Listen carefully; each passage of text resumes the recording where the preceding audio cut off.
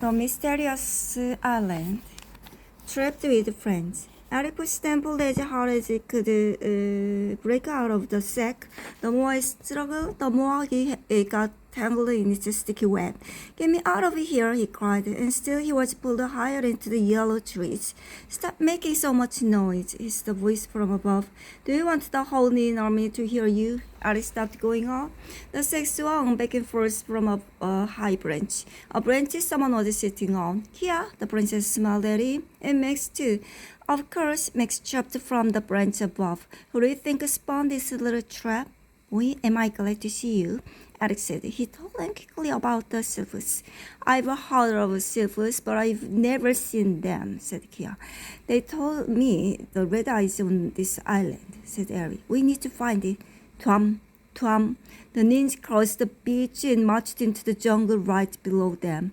"Colin is on the island too," Kia said. "But look, in the middle of the troop of Nins was wizards, wrapped from head to foot in thick chains. Colin was their prisoner. My poor master," Max whimpered. One of the red-faced warriors below held up its six-fingered claw. Spot said, "Wait here." "He wants the old man alive," said another. "For now, at least," a third, laughing.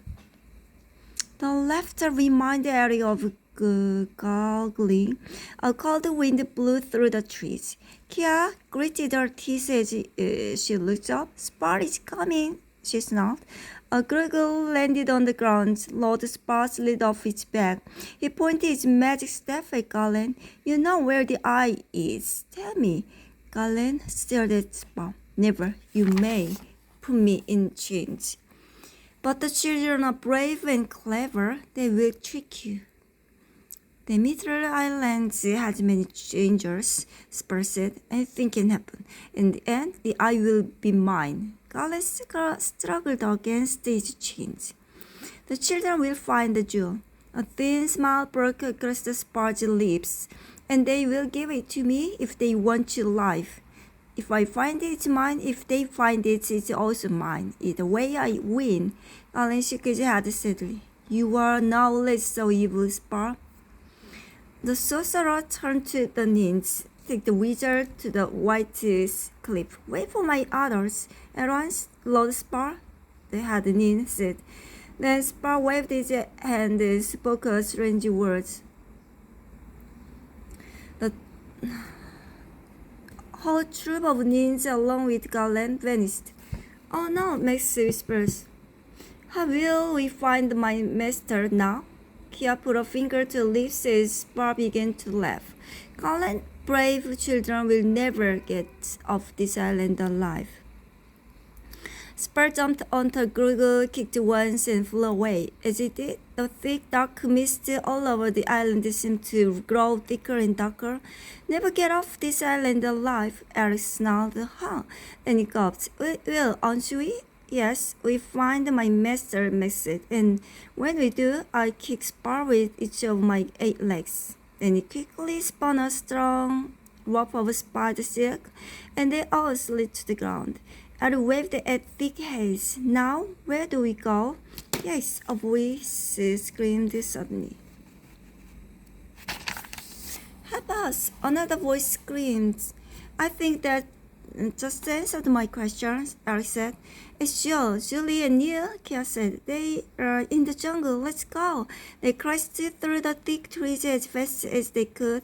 The long vines whipped against the faces. The bushes scratched them. Suddenly they froze. Julie and Neil were standing on a rock in the middle of the clearing. Surrounding was 6 nasty, wicked, enormous bugs, cried Max. "Attack of icky bugs." The giant bugs hissed angrily at Neil. Their thick, pointed tongues lashed up at him. "If one of those things licks me, I'm going to lose the lunch I never ate," Neil shouted. The bugs were hairy beetles about 4 feet long. Their hard brown shells gleamed like armor.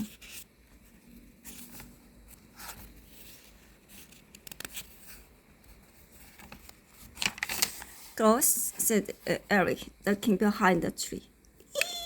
said Kier, jumping down beside him. The boys flicked their fuzzy legs at Neil and Julie. Their fellows twitched, and their tongues stuck out angrily. All I did was look at a rock, Neil said. It was an egg, Julie shouted, pointing to a nearby pot of round pink eggs. All of their eggs, and you don't look, you touch it. Neil shrugged. So how do you say I'm sorry in bug language? If they even have a language, Sam said, they're horrible creatures. The boys hissed and edged even closer. Kia turned to Eric and Max. I'm going to try a spell. If it works, it'll scare me. It'll scare the boys for a second. Then you two can help Neil and Julie escape. We'll do it, Max promised. Kia crossed the fingers. Right, if I concentrate on something's bull. Eric peered around the tree. On the count of 3, you guys run. Okay. How about the count of 1? Neil asked. Very funny, Eric said. 1. Kia jumped up. She pointed her hands at the bus. 2, said Eric. Kia narrowed his eyes. tumba, snooka, jupa. 3, Eric shouted. 3, said Kia. No, wait, I mean floor. Too late. Neil and Julie were already leaping off the rock when kaboom! A bolt of bright green light shot from Kia's hands. The air filled with smoke. The bugs shrieked and disappeared into the jungle. Julie leaped over the princess. Kia, you did it! Your incredible spell worked! Kia stared at her hands. I guess so. Eric tried to wave away the smoke. Where is Neil? Here I am, he yelled from behind them. Julie and Neil turned around. Neil wasn't standing there. The only thing there was the pile of bug eggs. I hear him, Julie said, but I don't see him. Hey, I'm right here, Neil shouted again. The pile of pink eggs moved out from underneath the pile of popped a brown bug twice the size of a football. It had a hard, shiny shell, thin legs with fuzz on them, 3 orange eyes and 2 feelers sticking out from its head. It was like all the other birds, only smaller. A baby bug. Alice staggered back. Neil, is that you? The brown bug scruggled across the pile of eggs and looked up at them. Boy, the bug said in Neil's voice. Kia's spell made you sort of big, didn't it? Eric gulped. The spell went wrong, all right, began. But, Neil, it's like, I mean, you're a bug, Julie shouted. Icky bug. The spider part of me resents that, said Max. Oh, what I have done, Kia said. Neil, I'm so sorry. He rubbed his front leg together. Then he saw them and jumped. Oh man, this is not good. Change me back, Kia. Change me back now. The princess stared at her fingertips and back at Neil.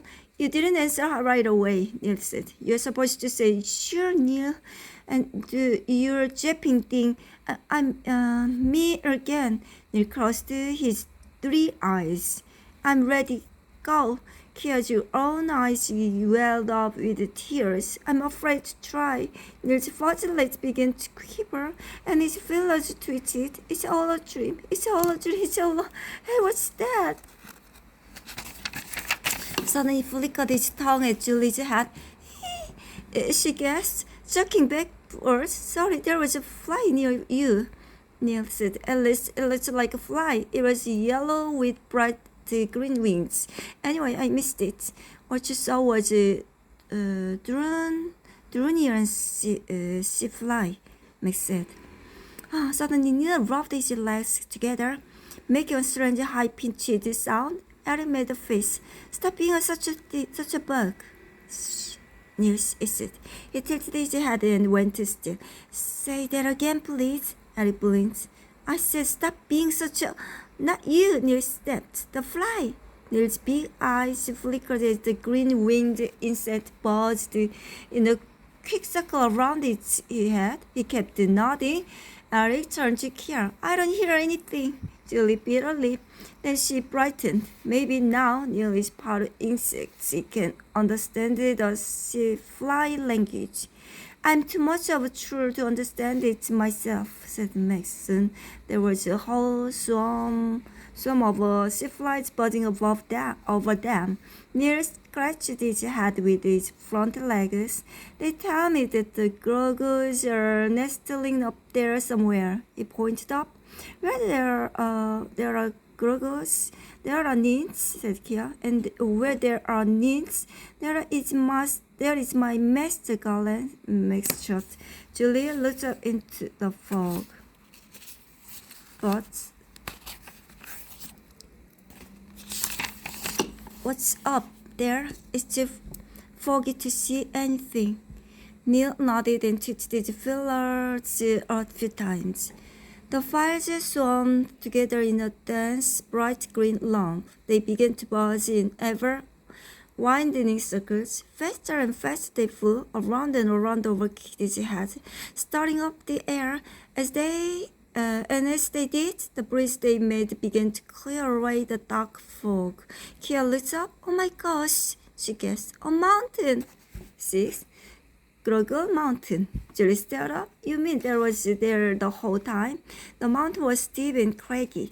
Its distant peak went through the clouds high above the island.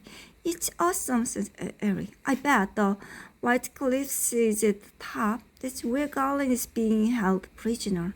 If Galen is at the top, so then the tops we are going. Max?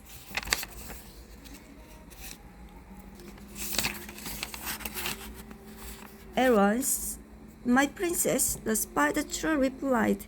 Then he began to spin his legs so quickly they seemed to blur. Moments later, he held a long cord of silky rope. Time to climb, Max said, just like gym class. Julie said. Max and Neil limped upward easily, trying to spider silk the rocks and ledges wherever they could.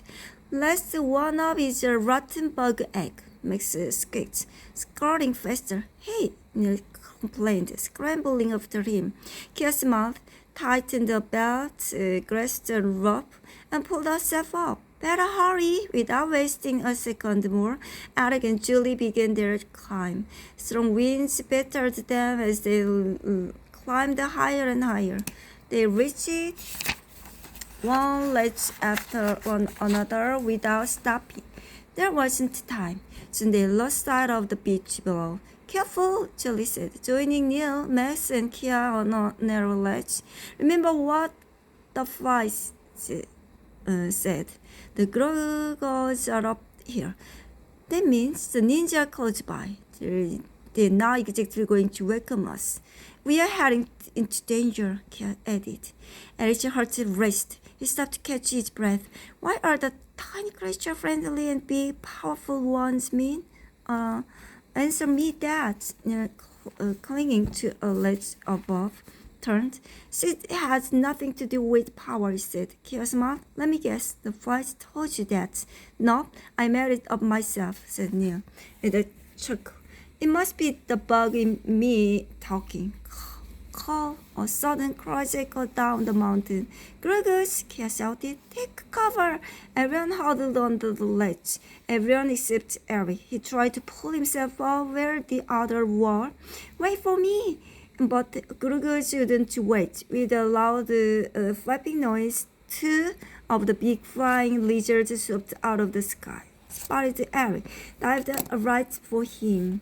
Go away, you ugly creeps, Julie shouted. They all started pelting the Grogu's with rocks. Call, call. When Grogu shrieked, they pulled away. But the seconds circled around for Eric again. Leave me alone, Eric yelled, flailing his arms. More rocks, Max cried, tossing handfuls of stones at the beast. The Grogu kept dodging down.